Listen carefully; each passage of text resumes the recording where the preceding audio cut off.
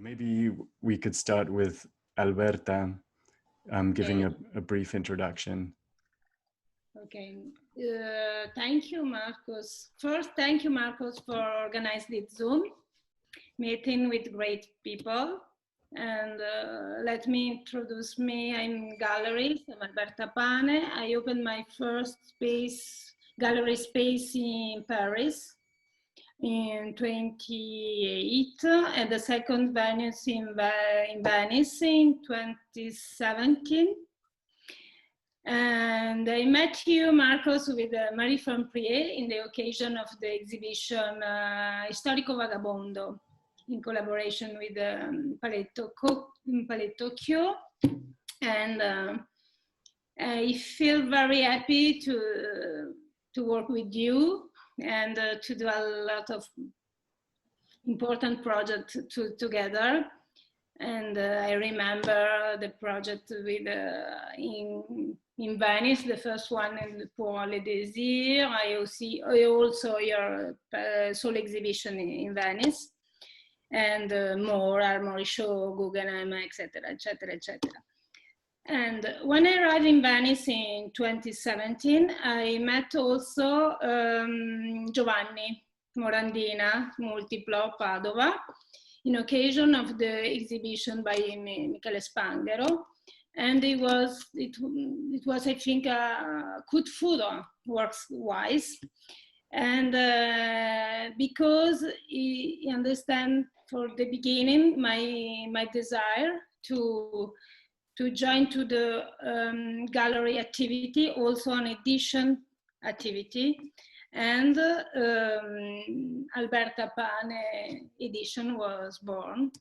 And we start to collaborate together, Giovanni, for the first exhibition in Venice with a book, Le Désir, but it's not only a book, it's also an object. It's also a work of limited work of art, with a collaboration with all artists, the gallery artists. It was very nice, this first edition. And after we do together for all exhibition in Venice publication. And of course, we continue with the monography of the artist and we start to think to produce the book monography, and then maybe I let you, Giovanni, to continue to explain the history and the genesis of the Quadrant field with Marcos, Giovanni, Martina also. We work a lot for this book, and everybody. So Giovanni, yeah. Oh, yeah. Sorry. Yeah. Would you like to add something about the editions that you've been working on and gallery edition and how this book fits into it? Yes, thank you. Yeah, we started working with Alberta in 2017. And at that time, yeah, we met Alberta actually in our studio. That's not only an art direction and graphic design studio, but it's also a project space in which we run from time to time some project with artists. And this approach that is our approach since the beginning of our studio was brought also in Alberta's edition, because when we met Alberta, he for sure needed a new graphic identity, but also she wanted to continue a long time tradition that's the gallery as publisher. And now there is not there are not so many galleries, especially not super big galleries, that act as editors and as publishers. So Alberta wanted to do this, not only to give a memory of the gallery's activity, but also to produce books in a wider sense, because every book had to be, in our intention, an extension of the gallery experience of the show. There's no sense in our idea to produce only a book with the photos of the exhibition, but also to give to the reader an opportunity to make a broader and wider experience. So we tried to experiment with different formats and different contents and different texts from people. And in the end, it worked quite well for 5 or 6 issues.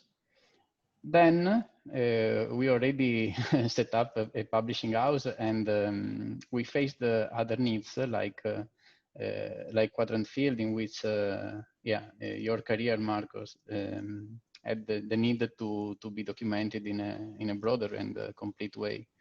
So the container of Edizione Alberta Pane became something broader and included some monographies like yours or Michelangelo's one, Michelangelo Penso. And so we approached the Quadrant Field, and that's the history. Then we can go in depth with Quadrant Field, maybe. That has been a really nice experience for us. That last, I think, 1.5 years. Yeah, it was a long project. I don't remember the beginning of this adventure. I know, it was a very long project and had a lot of details and issues that needed to be dealt with. But maybe we can jump over to Steffi before going back to that. And maybe what's really interesting about your essay is that you started it with an experiment, which is a great way to write by feeling. So maybe you could explain a little bit about that, Steffi.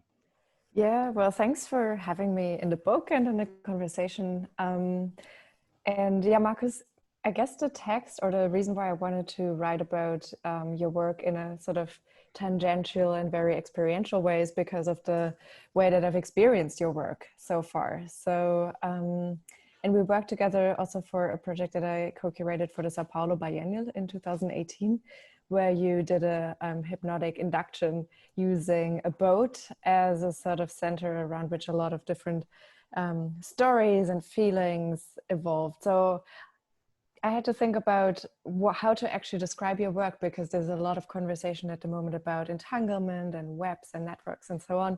But I felt that none of these words actually do justice to your practice. And I felt it needed to be something much more organic and changing, something that is, that's not static in any way. And so while I was thinking about how to write this text, I spent some hours in a floating tank, and it was a really bizarre experience. I hadn't been in these tanks before. And I started to feel at some point how my body became one with my surroundings, which is what these tanks are supposed to do, because the water temperature is the same as your body temperature, and so is the air temperature. And at that point, it started to feel almost like I was melting in with the environment, so that there was no distinction any longer between my own body and between anything surrounding me, which actually made me feel pretty nauseous. But and then so that became the starting point for the text, because I saw parallels to the way that you'd written about your work, and also drawing that you sent me, which had several spheres or ripples that somewhat make connections between different works and between different thought processes. And I very much think like that too, where one thing leads to another, and I see connections everywhere. But these connections, again, are very fluid and very often also hard to pinpoint. So anyway, these ripples, as well as my own body in the saltwater tank, causing ripples, but the ripples disappearing, or maybe just becoming myself, that was where the starting points for the text. And then I made connections also to,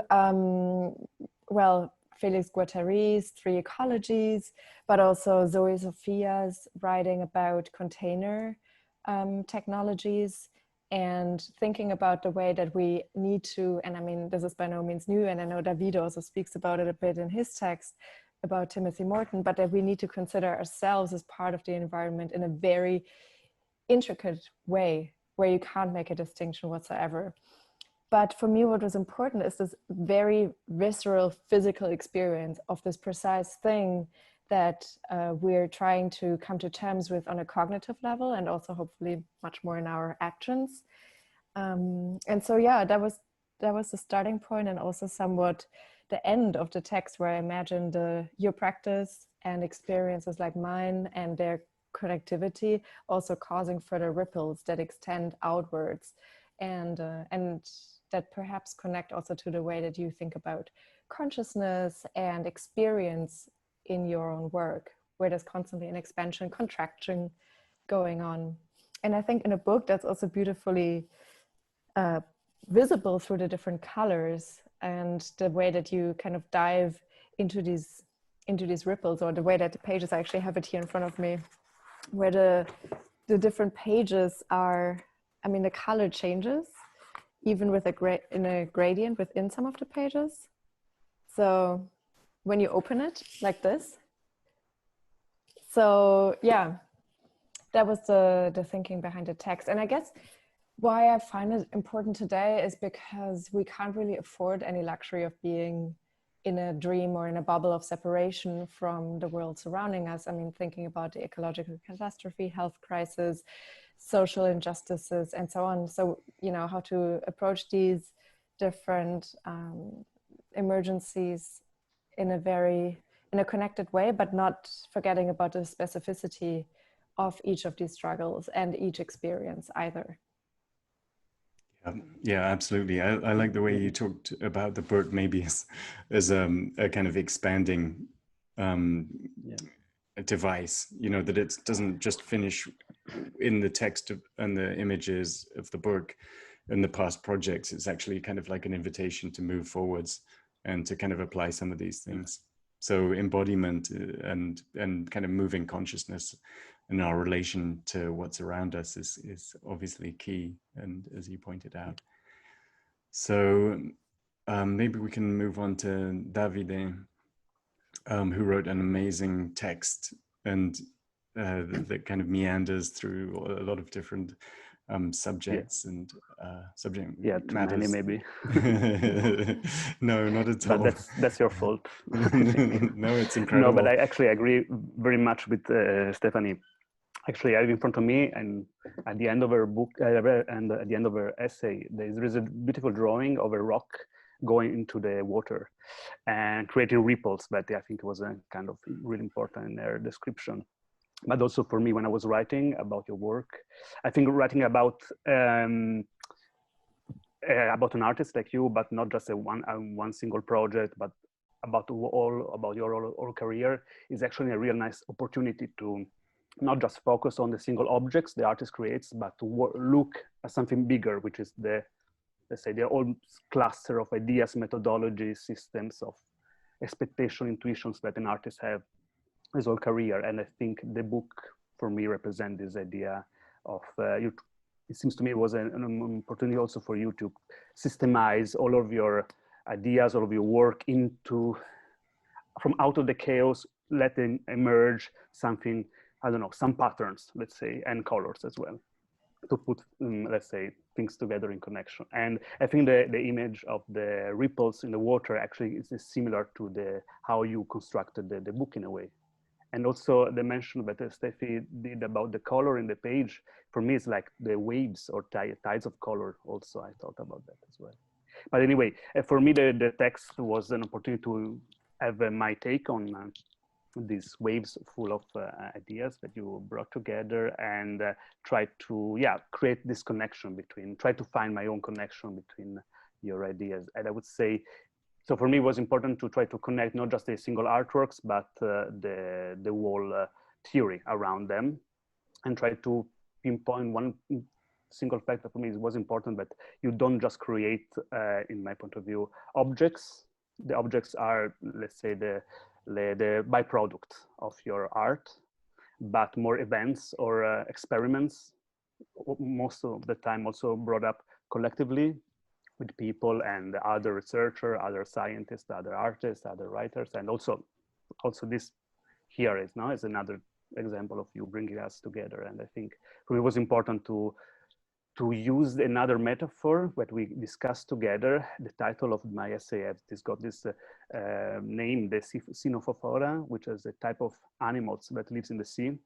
So another time water is still around this book, and which is a type of superorganism that are similar to jellyfish or medusas, but are actually built by smaller organisms, but they kind of try to live together and try to coexist, and everybody do one thing and try to coexist. I think it was I think for you was when we discussed this about the latest work of the time was the Iceland Ark, this ark in the middle of the sea, water again, and but for me it's also a more in a broader sense a different way to see ideas, something more organic, something more living thing, a living organism, but try to you know, create something new. And that is why, if you, for the one watching this, if you're gonna have the book in your hands, if you, at the end of my text there is a lot of images from the at the beginning of 20th century, from this beautiful drawings of Cynophophora, these medusas, by a biologist. That is why we decided to bring that in the book as well, to kind of put this in your head in a way. So organic and that's water. Fantastic. I think in the last sorry. Yeah, go ahead. The last just because they were talking about water, the last thing I noticed a connection between my text and Stephanie was again this idea of floating in the water, as she was saying about the experiment she did inside the floating tank. But there is a quote I use in my text about this idea of collective unconscious, which is kind of relevant in your practice, Marcus. This the subject by Jung, that is describe actually the world of the unconscious as the world of water, again, where we are bathing ourselves in, and when we are there, we lost ourselves in the connection with the others. So but I thought it was kind of nice as the connection with the two text. And yes, that's it. That's fantastic. I was gonna say that I think that we're the Siphonophora together. You know, when I look at us on Zoom, we're like this kind of one organism, and each one is kind of supplying kind of different aspects or different functionality to what it is, and and it manifests in this book, and hopefully will move forwards as well and develop. And so thank you for the descriptions, and the essay is very beautiful as well. So I guess I'll just describe a little bit about that process of pulling all these projects that I've worked on for the last 10 years together. And as Davide kind of mentioned at the beginning of the process, which has taken about 1.5 years, there was quite a lot of chaos, and I've done a lot of projects in a lot of different places all over the world and over quite a number of years now. And they're intuitively executed. I often just rely on my unconscious to make decisions, and I don't consciously do things very often. I don't have a kind of strategy or you know, like a kind of blueprint that's, you know, like over strategize. Basically, I just listen to the unconscious and then act on different needs, relating sometimes to the environment, sometimes to social causes, and sometimes to sensory aspects like synesthesia or healing of some sort, and sometimes just purely internal meditative aspects. And what I realized when I looked at all these different projects, and actually there's a page in the book where you can see a lot of the projects as kind of sorted into these 4 what we're calling quadrants. And it seemed perfectly coherent that some projects ended up internal, some projects were sensory, some projects were social, and some projects were environmental. So you're kind of moving from basically very internal to a kind of surface of the body aspect, to the social, and then to the larger world. So what this book has allowed me to do is to decipher this kind of intuitive journey that I've almost been puppeteered by my unconscious for 20 years. And it's been really interesting to see what this unconscious puppeteering has developed as a form. And when I think of the Quadrant field now, and with your essays and with the beautiful publication, to me, it's a template of what I've done, but more importantly, of how I can move forwards. And for instance, the Island Arc, which was the last project in the book that was realized, and it was shown at Alberta's gallery last summer. The Quadrant, the Island Arc actually had the 4 quadrants within it. So it was part of the final aspect of the development of the book. And I would like to say that that the Island Arc will be moving forwards with a 4-year project with the Getty Museum and with the Orange County Museum of Art, which I think Steffi already knows about some of that. Mm-hmm. But anyway, so in that sense, the book is moving forward. The content of the book is moving forward, and the spirit of it as well, which I'm really excited about.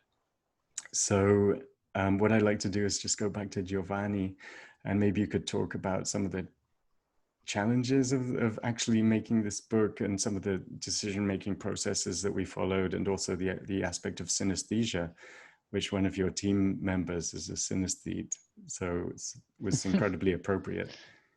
Yes, but this adventure has been full of coincidences, very interesting. Obviously, we began designing the book a long time before we got the text from Steffi and Davide.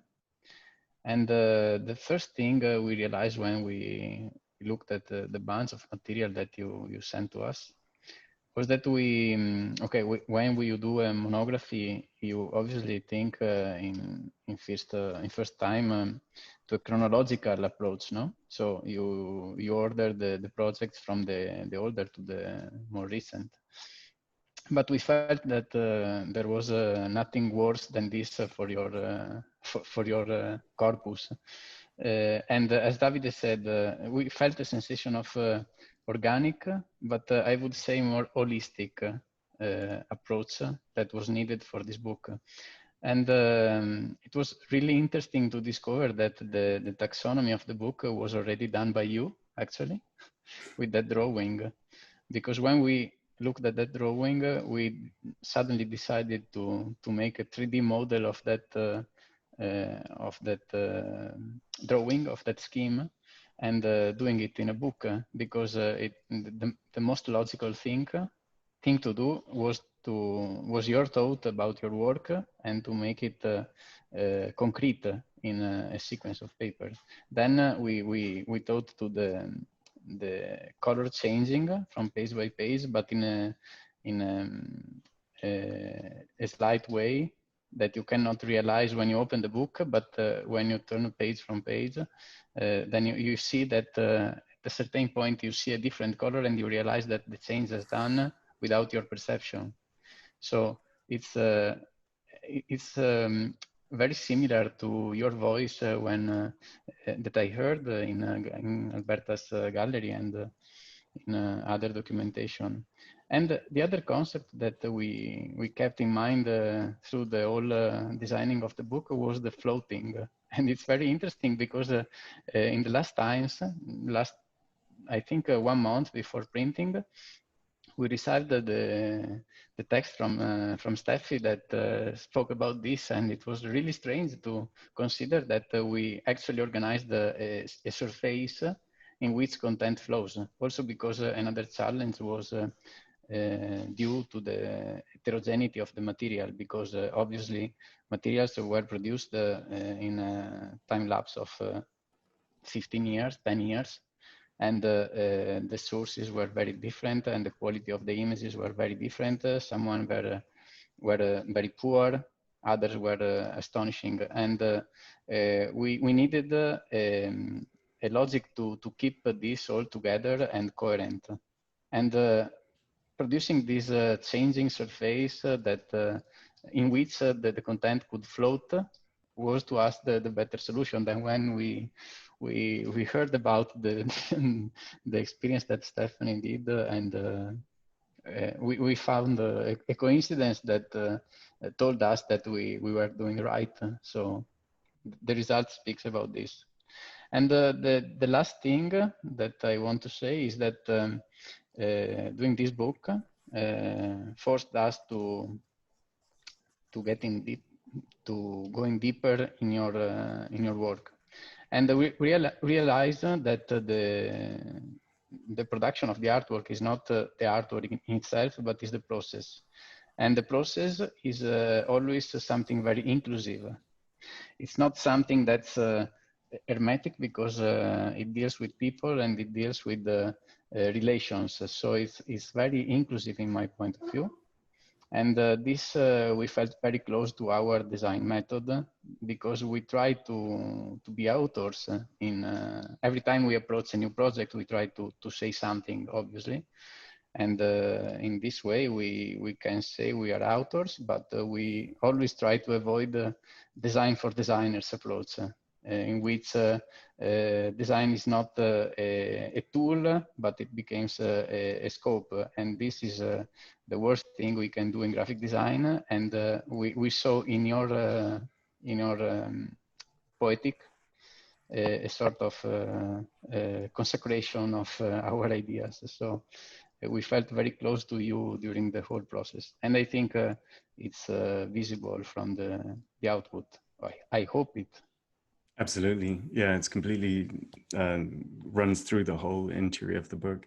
And then it was fantastic that one of your teammates is a synesthete, because what we're doing is it's not just a decorative aspect of putting colors to, you know, on the pages. It's kind of finding this kind of correspondence between, let's say, blue, which is primarily the kind of internal calm color, and then red, which is the senses, which also kind of corresponds with the flow of blood through our body. And then the yellow, which is often considered to be the yellow, I can see it here, the social kind of the symbol of social communication. And finally green, obviously, which is the natural world around us, which is predominantly green. So that was incredible. Also, what was quite strange and stunning about this whole process was that just when we were about to bring it to light, COVID came, you know, this once in 100-year scourge. And so that was interesting that this book that talks basically about, I think a lot of my work is about healing, and that it would suddenly kind of be taken over by this kind of wave of illness in the whole planet's population. And it may be physical illness related to society, but it may also be related to the environment. And also it came with these kind of internal problems that a lot of people are still going through, a lot of this kind of mental crisis and all that.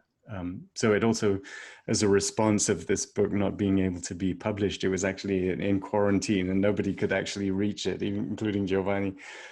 And so I did these 12 series on Zoom to basically these kind of inductions that were based around these quadrants. So that was a way to kind of continue the wave while the book was in prison. So anyway, what I'd like to see perhaps is, Alberta, maybe you could round off the discussion, and yeah, and if anybody has any comments at maybe we can show the book now, because this is the book, and I'm very proud about this book. I'm really happy, and also I think now it's very important also the production and the distribution with the book. And we have the possibility with the Presse Durel. This is also important.